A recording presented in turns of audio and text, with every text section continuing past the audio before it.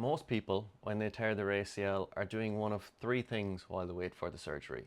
They're either at home on the couch, resting, waiting, and hoping that their surgeon is going to fix them. They might be doing some half-hearted exercises they saw on YouTube or some physio has given them, but basically, again, just waiting for the surgery. Both of these more passive approaches are costing you weeks and months in your recovery. But there is a small subset of people, the third group, who are preparing for their surgery in the best way, both physically and mentally. And in this video, I want to go through a couple of things as to why you should be doing the same thing. If you're new here, I'm John, I'm a physiotherapist with a keen interest in ACL rehab, and I work with athletes at every stage of ACL recovery, from immediately post-injury right up until return to sport and even beyond. And in my opinion, prehab is one of the more undervalued and underutilized period of ACL rehab. Obviously, and for good reason, there's a huge emphasis placed on the surgery and the post-op rehab. But a period of 3, 4, 5, 6 weeks before the surgery, I think, is a great way to prepare yourself to nail other aspects of your rehab post-op. And by the end of this video, I want to highlight a couple of reasons as to why I think most athletes, if they can, should complete a period of prehab before the surgery. And we'll go through why it works and a couple of the mistakes that you can avoid doing along the way. Let's start with the reality of what I see day to day in the clinic.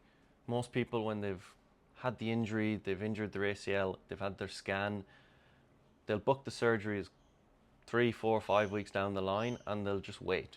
They'll be on the couch, they might be a bit down, which is completely understandable, but they're just waiting for this surgery to fix them.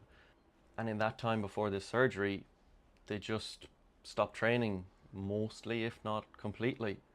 Weeks and weeks of inactivity will build on an already compromised muscle, and by the time you go into surgery, you've lost significant muscle strength and significant muscle size.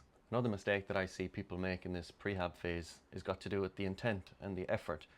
It's just not there. We don't have exercises enough to stimulate our quads. We might be doing a quad set or a clamshell or a body weight exercise that's not going to give us much stimulus at all to drive hypertrophy and keep the strength that we need.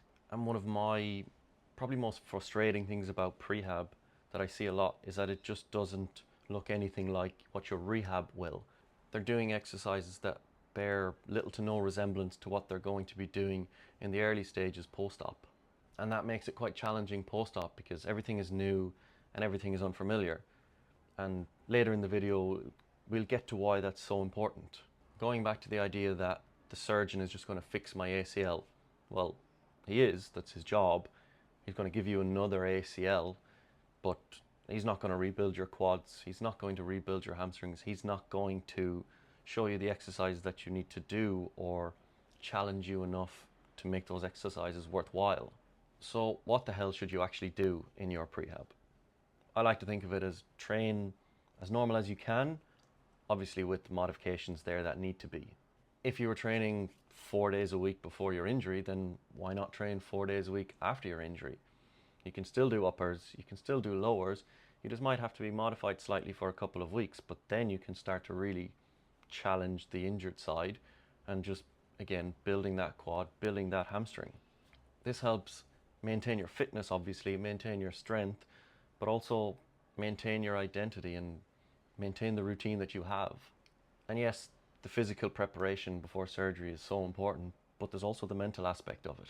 If you go into surgery informed and mentally prepared, then you'll have the confidence to push the envelope a little bit in the early stages of your rehab.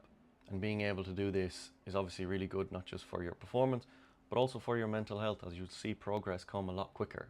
If we get into the nitty-gritty of what your prehab should look like exercise-wise, I have a specific way that I like to do it in terms of programming and what I give my athletes.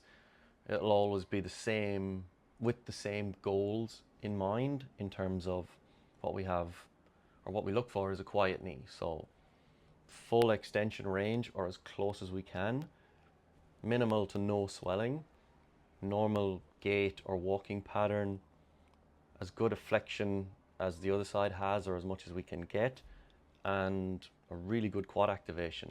And if I was to pick two that are the most important there, I'd probably say swelling, get your swelling down as much as you can before the surgery, and getting a really strong quad, obviously, because your quad is going to be so inhibited.